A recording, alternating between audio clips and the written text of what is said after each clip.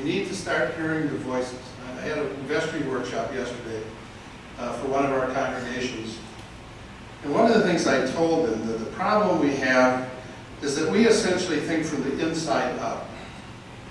We're in the church and we think about those people out there and how they look to us from the inside.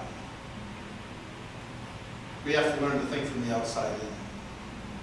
And it's going to take an enormous shift for us to do that. It's going to take effort, commitment, intention.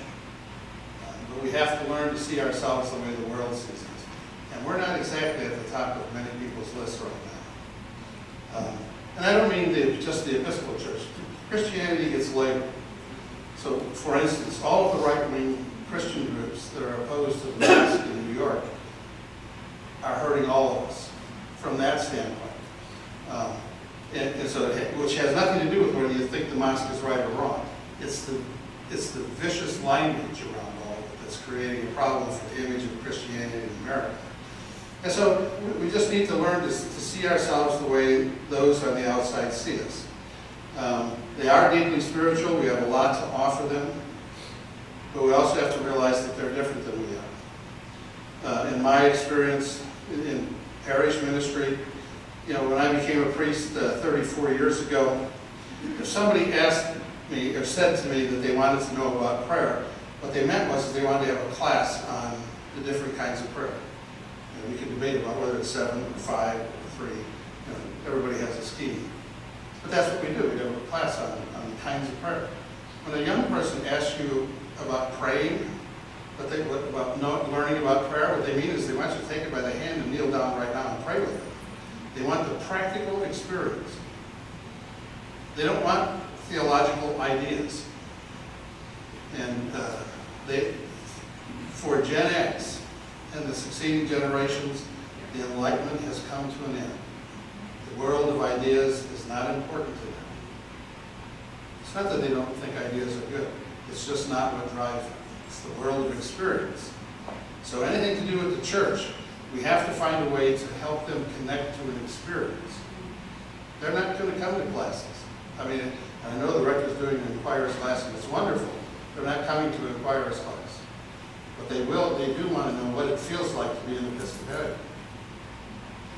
See, they don't feel they need the knowledge, they need the experience. So we have to approach them in a very different way. And we're not set up to do that, are we? We go right for the head, for the world of ideas. Because that's what we've been trained to do. We've been doing it since the early 1700s as a church. We have to make a serious shift in understanding if we're going to appeal to those young people in any numbers.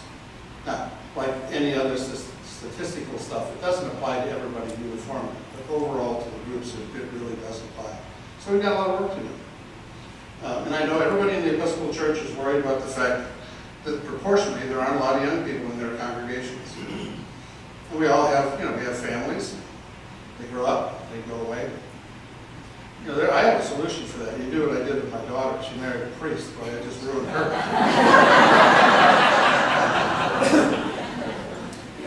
But I do remember my daughter is a Gen Xer. And when she and I talked, I gave her, after listening to what she said her spiritual needs were, I gave her a St. Augustine's prayer book, which was published by Holy Cross, the Holy Cross monks, years and years ago. I don't remember, it was 1920s, I think was the first time.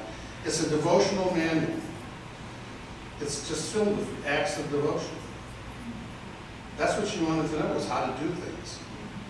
And I'll be honest, as a father, this is when she was in graduate school, every time I go stop to visit her, I managed to go into her room and see if the bookmark had moved.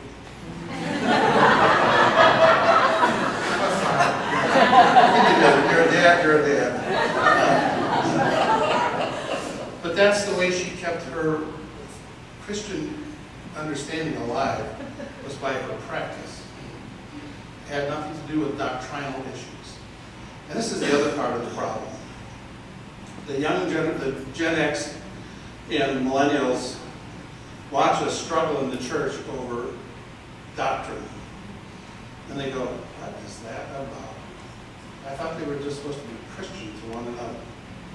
So we're back to practice. And this is why they're upset with us. They watch what we do, and it doesn't fit what we say about how we're to treat one another. You know, so we've got work to do.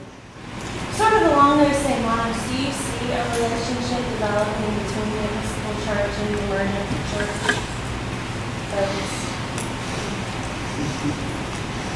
And if so, what might that look like? What we're seeing is in some places, emergent congregations are welcome. First of all, one of the differences is emergent congregations tend to be non-institutional and non-denominational. It's not that they don't act in a certain way. They don't want their identity to be narrowed to a particular denomination.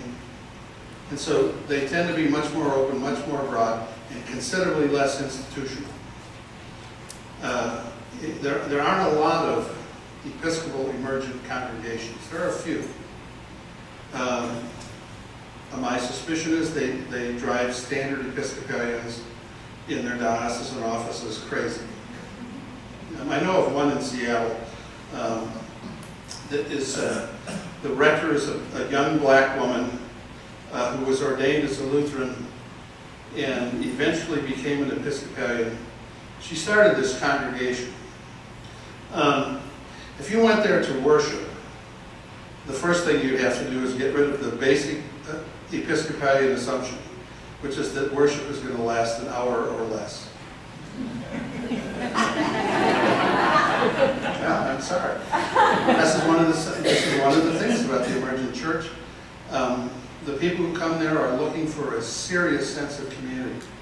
They like being together, and they especially like worshiping together. And so they will spend a couple hours doing that on Sunday. Actually, well, thank God they're theologically traditional in the best sense of that, so they wouldn't ever sound like Baptists. But out of that, again, most of the emerging churches that I'm aware of have meals connected. We're back to the New Testament image of a meal connected to the Eucharistic celebration, because the issue is community. Maybe we know this from the statistical and psychological research of these generations. In both cases, the millennials and the Gen Xers, that one of their primary needs is family. Because think about it, how many people here live in the place of their origin? It's here. It's a small number in this room. Well, that's true for the young people. My kids don't live anywhere near their place of origin. So they're disconnected from not only their geographic roots, but their familial roots. And so they have a need for family. Many of them come from broken or blended families, need for family. This is one of the things they find in the emerging church, is a genuine sense of family, which is not the same as community. Having tried to live in community once in my life, I can tell you this: family and community are very different things. The longer you go, the more you know. And so here we are. I mean, think about this. In the average Episcopal church, we have Eucharist, we have coffee, and we disappear for a week. I'm not criticizing that. It's just an observation. But from somebody who's in one of those two generations looking at it, they're going, why would anybody want to do that? There's no sense of family.